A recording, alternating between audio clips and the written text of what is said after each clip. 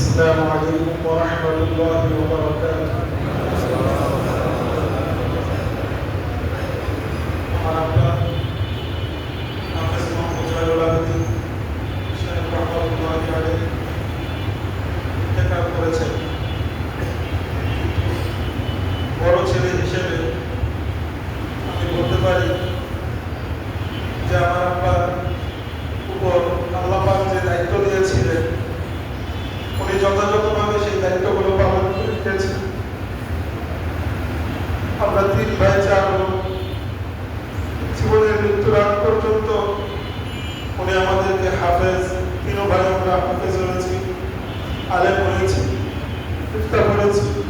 আমার 2য় ভাই হাফেজ হয়েছেন পাকিস্তান থেকে, এবার দারুল উলুম করাচি থেকে গত বছর দাওরা করেছেন, এবছর ইফতায় ভর্তি হয়েছে। আমার ছোট ভাই হাফেজ, আলেম হওয়ার কাছাকাছি। আমার 4 বোনকে উনি আলেমা বানিয়ে দিয়েছেন এবং খুব যাচাই বাছাই করে 4 জন ভালো পাত্রের কাছে সুপর্দ করেছেন, যাদের বেশিরভাগ সবাই আলেম, ভালো আমলদার আলেম, দিনদার। তো এতটুকু বলতে পারি ওনার উপর যে দায়িত্ব ছিল সন্তানদেরকে মানুষ বানানোর চেষ্টা করা, উনি এই চেষ্টায় 100 চেষ্টা করে গেছেন, এতে কোনো সন্দেহ নেই। কিন্তু আমরা কতটুকু ওনার কাজ, ওনার জন্য কাজে আসতে পারবো জানি না। আমরা তো নালায়েক, নাফরমান। দোয়া করে আল্লাহ পাক যেন আমার আব্বাকে মাফ করে দেন। এছাড়াও ওলামা ইকরামকে খুব ভালোবাসতেন। ওলামা ইকরামের জন্য যখন যা দরকার হতো, কোনো প্রয়োজন হতো, সবসময় সামনে থাকার জন্য চেষ্টা করতেন। সবসময় কেরানীগঞ্জ হোক অথবা জাতীয় কোনো ইস্যু হোক, সবসময় আগে আগে থাকার চেষ্টা করতেন। আল্লাহর জমিনে আল্লাহর দ্বীন কায়েমের জন্য শেষ নিঃশ্বাস পর্যন্ত কাজ করে গিয়েছেন। তাই সকলের কাছে দোয়া চাই আল্লাহ পাক যেন আমার আব্বাকে মাফ করে দেন। সাথে সাথে অনেক ভালো মানুষ ছিলেন, এটা আমরা দেখেছি, মানুষকে কিভাবে কি করতে চাইতেন, কিন্তু তারপরেও মানুষ হিসেবে ভুল ত্রুটি নবীরা ছাড়া কেউ মাসুম না। এই জন্য মানুষ হিসেবে ভুল ত্রুটি যদি হয়ে থাকে, কারো দিলে যদি কোনো কষ্ট দিয়ে থাকে, আল্লাহর ওয়াস্তে আপনারা সবাই মাফ করে দিবেন। যারা আমার আব্বাকে মাফ করে দিবেন, আমিও সবার জন্য দোয়া করব আল্লাহ যেন আপনাদেরকে মাফ করে দেন। বিশেষ করে গত শনিবার ভোর রাত্রের দিকে 3টার দিকে হার্ট অ্যাটাক করেছেন। 3:40-এর দিকে বুকে 3টার দিকে ব্যথা উঠছে, 3:40-এর দিকে আমাকে ফোন দিয়েছে। সাথে সাথে আমি গিয়েছি। 4টা বাজে, বুকে প্রচন্ড ব্যথা ছিল। তারপরেও আমরা জীবন সবসময় দেখেছি, কিন্তু এই প্রচন্ড ব্যথা নিয়ে 4:05-এ ফজরের নামাজের সময় হয়। সেই ফজরের নামাজ বললেন, আমরা হাসপাতালে যাওয়ার জন্য বলতেছিলাম, তখন বললেন যে ফজরের সময়টা তো হয়ে গেছে, হাসপাতালে যাওয়ার পর কি হয় না হয়, নামাজটা তো পড়তে পারবো না, তো একটু উজু করে নামাজটা পড়ে নিই। পরে আমি আমার আব্বা 2 জন একসাথে নামাজ পড়েছি। সুন্নত নামাজটা দাঁড়িয়ে পড়েছেন, কিন্তু বুকের ব্যথা এত প্রচন্ড ছিল যে ফরজ নামাজ দাঁড়িয়ে পড়তে পারেন নাই, বসে বসে পড়েছেন। পড়ার সাথে সাথে আমরা হাসপাতালে রওনা দিব। রওনা দেওয়ার আগেও বলতেছেন যে ওই জমজমের বোতল থেকে 1 বোতল জমজমের পানি নিয়ে নাও, পানি খেলে জমজমের পানি খাবো। এরপর বোতল দিয়ে আমরা সাথে সাথে আগেও ডাক্তার দেখাইছিলেন যে হসপিটালে, ইব্রাহিম কার্ডিয়াক হার্টের জন্য ভালো হসপিটাল। সাথে সাথে ওই রাতে ঘর থেকে বের হতে হতে এক জায়গায় আজান দিয়ে দেয়। অনেকক্ষণ দাঁড়িয়েছিলাম, কষ্ট হচ্ছিল। পরে একটা রিক্সা আসছে, ওই রিক্সা নিয়ে আমরা তাড়াতাড়ি ডাইরেক্ট ওই শাহবাগ ইব্রাহিম কার্ডিয়াক হসপিটালে গেছি। ইমার্জেন্সিতে সাথে সাথে ঢোকানোর পরেই দেখছেন অবস্থা খুবই গুরুতর এবং বড় ধরনের অ্যাটাক করেছে।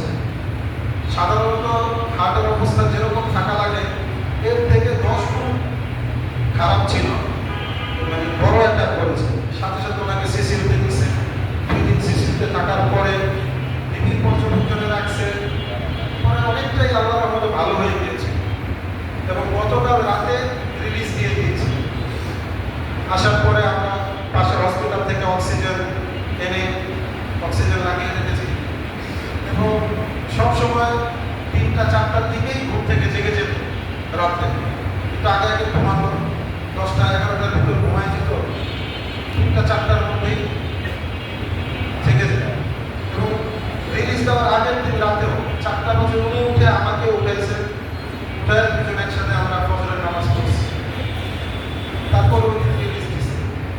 কিন্তু গতকালকে রাতে ঘুমানোর পর মানে খুব ভালো ঘুম হয় না, কখন সবসময় একটা টেনশন থাকে, বিশেষ করে এই শেষ সময়ে আপনারা অনেকেই জানেন এবং আপনার বন্ধু বান্ধব এখানে সবাই উপস্থিত হয়েছেন।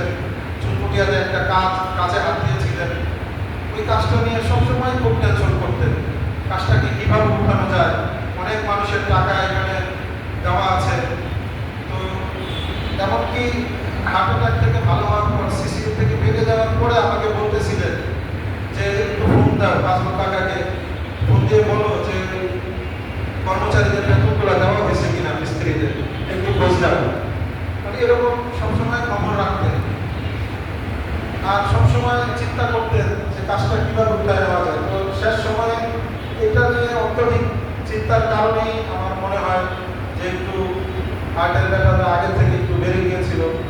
যাই হোক, তো সবার কাছে দোয়া চাই যে কাজে উনি হাত দিয়েছিলেন, ওনার যারা বন্ধু বান্ধব আছেন সকলে ইনশাআল্লাহ কাজটা আগায় নেওয়ার চেষ্টা করবেন। আর রিলিজ দেওয়ার পরে গতকাল রাতেই খুব চমৎকার ঘুম হয়েছে।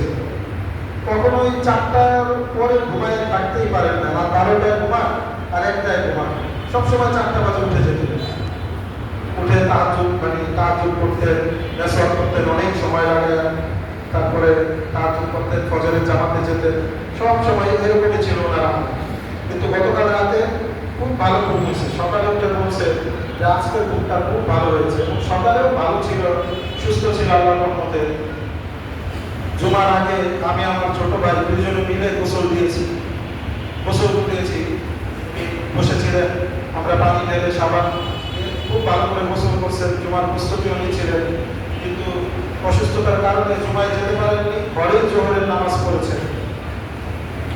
জোহরের পর খাবার দাবারের একটু পরেই হঠাৎ করে সমস্যা শুরু হয়েছে, একটু ব্যথা অনুভব হয়েছে। এরপরে তাড়াতাড়ি আমাকে ফোন দিয়েছে, আমি আসছি। আসার পরে আমরা হাসপাতালে যাওয়ার জন্য একটু বিড়াবিড়ি করতেছিলাম, কিন্তু উনি সবসময় চন্দ্রনায় তরিকার মুজাহিদরা যেভাবে জিকির করে ওইভাবে বসেছিলেন এবং জিকিরের মতো মাথা ঝোলাচ্ছিলেন। আমরা বারবার বলতেছিলাম হাসপাতালে চলে, যতটুকু নেওয়া যায়, কিন্তু উনি ওইভাবে করতেছিলেন। এরপরে হঠাৎ শুয়ে পড়লেন, শুয়ে পড়ে আমরা বুঝেছি যে এখন শেষ সময় চলে আসছে, কাউকে দেখছেন। এরপরে এক আঙ্গুল উপরের দিকে উঠেছে, অর্থাৎ আল্লাহর দিকে ইশারা করছে যে আল্লাহ। কিন্তু সময় তো অনেক ভালো, অনেক মানুষেরই খারাপ থাকে। আলহামদুলিল্লাহ আমাদের 2 ভাইয়ের হাতের উপর এবং কামরুল কাকা ছিলেন পায়ের কাছে, আরও কে যেন ছিলেন, আমার ছোট ভগ্নিপতি ছিলেন, সবাই আমরা তাকবীর করতেছিলাম, কালিমায়ে শাহাদাত, কালিমায়ে তয়্যিবা, সূরা ইয়াসিন আমাদের হাতের উপরই শেষ নিঃশ্বাস ত্যাগ করেছেন এবং ইন্তেকালের আগে আল্লাহর দিকে ইশারা করে দিয়েছেন। এক আল্লাহর প্রতি পূর্ণ বিশ্বাসের প্রতি স্থাপন করে গিয়েছেন। আমরা মনে করি আল্লাহ পাক ওনার রূহের মাগফিরাত করেন এবং ওনার সকল ভুল ক্ষমা করে দেন। সকলের কাছে দোয়া চাই, বিশেষ করে যারা ওনার কাছে টাকা পয়সা পাওনা আছেন আমার সাথে যোগাযোগ করবেন, ইনশাআল্লাহ চেষ্টা করব যে আপনাদের পাওনা মিটিয়ে দেওয়ার জন্য। আর সকলের কাছে আমি ক্ষমা চাই, উনি ইচ্ছা করে কাউকে কষ্ট দিতেন না, আমরা যতটুকু দেখেছি সবার সাথে ভালো ব্যবহার করতেন, ধনী গরিব সবাই ওনার কাছে সমান ছিলেন। এজন্য সকলের কাছে দোয়া চাই। বিশেষ করে আজকে পবিত্র দিনে আল্লাহ পাক ওনাকে ডেকে দিয়েছেন, শুক্রবার দিন জুমার নামাজের পর অনেক ফজিলতের সময় মাগরিবের আগ পর্যন্ত, ওই সময় উনি ইন্তেকাল করেছেন। আরেকটা জিনিস, ইন্তেকালের সময় আমাদের নবী করিম সাল্লাল্লাহু আলাইহি ওয়াসাল্লামের বয়স যেমন 63 বছর ছিল, আমার আব্বার বয়স 63 বছর ছিল। এই 63 বছর বয়সে আব্বা ইন্তেকাল করেছেন, এটাকেও আমি নেকবাড়ি হিসেবে দিতে চাই, যে এটাও আল্লাহ রাসূলের মহব্বতের সাথে মিলের একটা কারণেই আল্লাহ পাক একই বয়সে দিয়েছেন। আল্লাহ পাকের কাছে শুকরিয়া। এবং মৃত্যুর সময় মানুষের যে যন্ত্রণা হয় আমরা শুনেছি, আলহামদুলিল্লাহ এরকম কোনো যন্ত্রণার কোনো চিহ্ন আমরা চোখে দেখি নাই। খুব স্বাভাবিকভাবে আস্তে আস্তে চোখ বুঝে ইন্তেকাল করেছেন। আল্লাহ রাব্বুল আলামিন আমার আব্বাকে ক্ষমা করে দেন।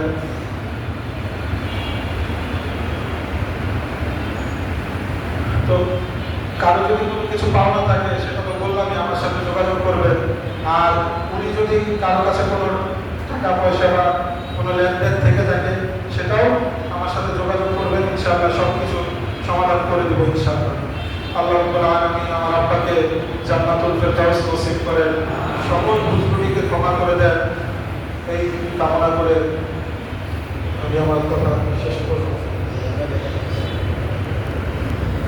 দাঁড়িয়ে